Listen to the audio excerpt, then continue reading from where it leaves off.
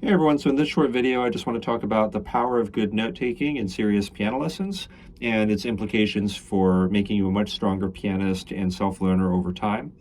And on this channel I hope to share with you guys strategies, mindsets, thoughts, etc., often of my own creation that I hope will help you in your piano playing and hopefully other areas of your life as well. So by note-taking, I of course just mean if you're in a piano lesson, the teacher is saying things to you, just writing down some of the things that the teacher is saying, hopefully in ways that you yourself can better understand later. It will make sense to you later.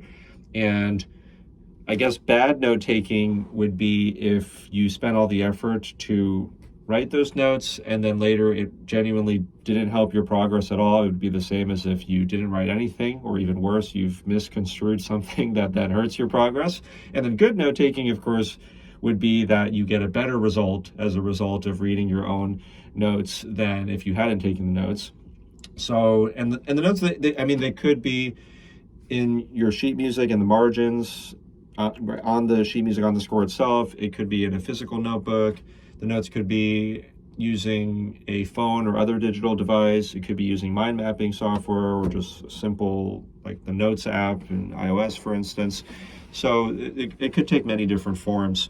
And of course, recording the lesson and things like that, you could also consider those a type of note-taking. I mean, I used to take notes nonstop in my own great teacher's lessons and then record the lesson and then take notes again a second time, and it was amazing how much that I'd missed. But that's kind of another story. So, and this is actually, it's supposed to lead students in general towards becoming much stronger self-learners, because it's once you're on your own, you're away from the teacher, you are self-learn. I mean, you had a lesson, you have a teacher in this thought experiment, but really you're still teaching yourself when you're away from the teacher. So it's supposed to train you in making yourself a stronger teacher, a stronger self-learner in general. And there's other concepts in my lessons and in our unusual adult programs that also talk about training the strongest self-learners. I think that there's a false dichotomy between lessons and self-learner. I mean, part of the premise here is that I'm trying to train my students to be the strongest self-learners that they can be.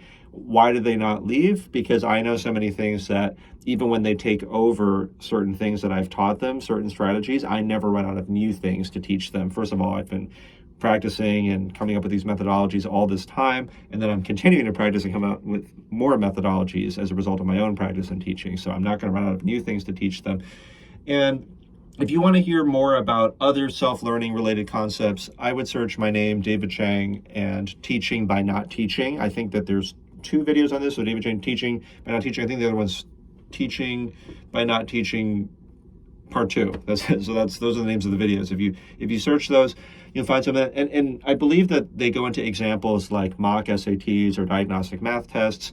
And super briefly, I'll just say, when you take, let's say, a diagnostic math test, if the teacher interferes with you taking the test, it would mess up the results. You just take the test and you don't worry about if you get some of the answers wrong, because it's just to see where you're at. And so then after you've taken this, or indeed a mock SAT, right, similar example, the teacher will know, like, okay, that's everything the student can do. These are the things that the student can't do or that they're confused about. So they learn all the student's strengths and weaknesses.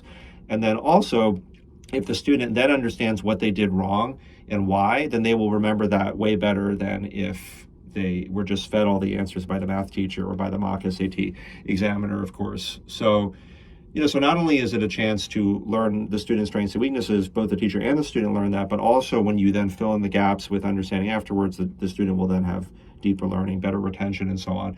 And so a big part of those Teaching by Not Teaching videos is using that concept and having students just try things on their own, unlike in traditional piano lessons where often they're just fed the answers and just copy this, just do this. I always let students struggle first, even if they're total beginners. Well, not always, but most of the time. I'm like, just try it first. I make sure they don't hurt themselves, but other than that, I'll have total beginners try something like River Flows in You, and they'll try it. I'll be like, okay, but the hand should be lower in octave, and this is why. This is how the black keys work, and this is correct, except that we need black keys, and this is like how that works. And then they will remember that way better. And then I continuously challenge them with new things. And so if I say, hey, practice these 4 measures, and I check on their 4 measures after a spaced interval, then I might say, like, hey, these areas aren't correct and this is why. And then eventually, if they can make me say, oh, these measures are correct and that is what I would do, now they've gained the power to do every moment of their own time what they were originally in the lesson with me for. And so they've taken over that level of strategy, and then I could teach them higher order strategies and so on. Anyway, so all that, if you want to learn more about that, you can watch those videos. That's definitely a very good example of becoming a stronger self-learner. And I also explain that in some depth, because even after going through those examples, it may still be really helpful for the student to then write in their own words, what is it that they learn from that? Because it's great if they can make me say, yeah, that's the result that we want. That's the process that we would have gone through had I directly instructed you.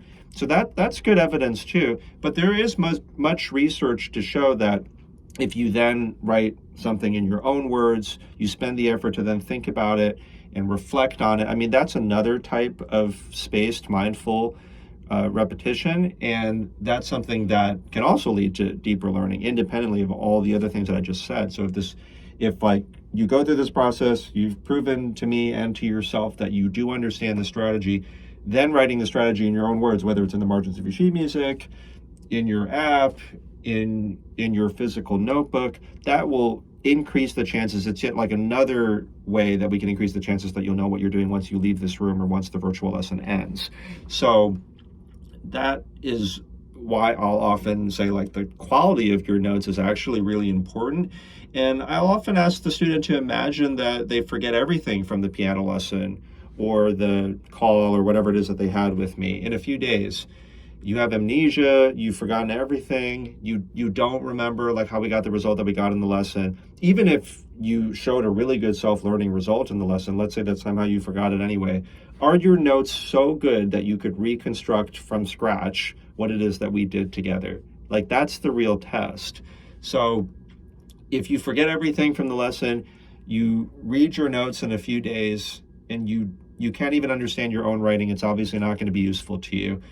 If you read your notes, you understand some parts of it, but there are some things that are incomplete, like maybe you still end up reading the notes incorrectly as a result of your notes, or you implement the strategy, but really it's in a sort of surface level way that's pretty different from if I had instructed you one-on-one. Well, then you're not getting the full benefit out of the information that you received. Piano lessons are all different costs. Some of them, it could be with your friendly neighborhood teacher.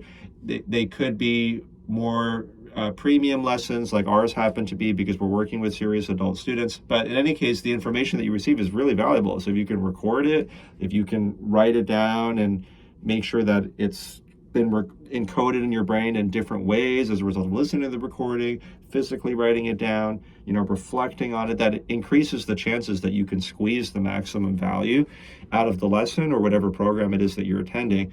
So I think that people don't really think about that so much. They accept the premise of a lesson, like they pay for the lesson and they're like, okay, cool, I have the lesson. Well, there could be like orders of magnitude of difference between person A and person B. Person A is just like, I just had a lesson, and they don't think anything of it. Person B is really diligent about their notes. Their notes are really good, and so then they review the notes, and not only do they remember how to play that part and they remember that strategy, well, they have such a deep understanding that they can apply that strategy to every single other section that they're practicing. First, similar things, and then later, if they become really good, then even things that are a little bit different. And so then the value that they've gotten out of the lesson it's like night and day compared to the other person. So that's why it's so worth it to become really, really good at note taking. Like, the teacher has told you this really useful information, but are you really utilizing it, or are you really paying for the teacher to just tell you the same thing week after week? Which, to be fair, even for the most brilliant students, it is actually, like, some amount of repetition is necessary. Like, some concepts are so difficult that the repetition, it actually is necessary and helpful. I'm talking about the stuff that isn't as necessary. Like, there are things that this student, where they're at right now, they could absorb this concept pretty much immediately if they just took better notes. We want to take advantage of those opportunities. And we want data and iteration even in note-taking itself. And by that, I mean, let's say that I had a lesson with or I don't have a teacher now, to be honest, but let's say a student has a lesson with me. They take certain types of notes, And then I see them the next time, and they prove that they could do the thing in the lesson, whatever the strategy was. They take certain types of notes. Next time I see them, they're not doing it correctly. Well, their note taking either was completely insufficient or it was partially insufficient. So then maybe they try taking notes in a different way. They draw out a little diagram for themselves, or they change to physical rather than digital. Maybe that speaks to them more. And then the next time we find that in a similar sort of situation, the result is much improved. So that's probably better. And then, of course, this is a simplified thought experiment, of course, but at some point, maybe I teach them some new concept and they take notes like in some way that is really, really helpful to them specifically. Like they've written things in the margins of the sheet music. Maybe they drew out a diagram. Maybe they took notes again from the recording. Maybe they ask me some clarifying questions so that their notes are better. They do the thought experiment with themselves in the moment, like, oh man, if I forgot everything in a few days, I don't think I'd be able to reconstruct this strategy from scratch from looking at my notes in the moment right now. So I'm going to adjust now and do something creative within my note-taking itself such that I can fully capture what it is that's happening in the moment. So it takes creativity and innovation as well in this case. And the result is that the next week they perfectly reproduce this new concept or strategy that they've learned. So now they've leveled up in the act of note-taking itself and the amount of value that they can squeeze out of every lesson and interaction with me, and indeed probably with every other source of piano playing or whatever it may be. I mean, it's at a totally different level.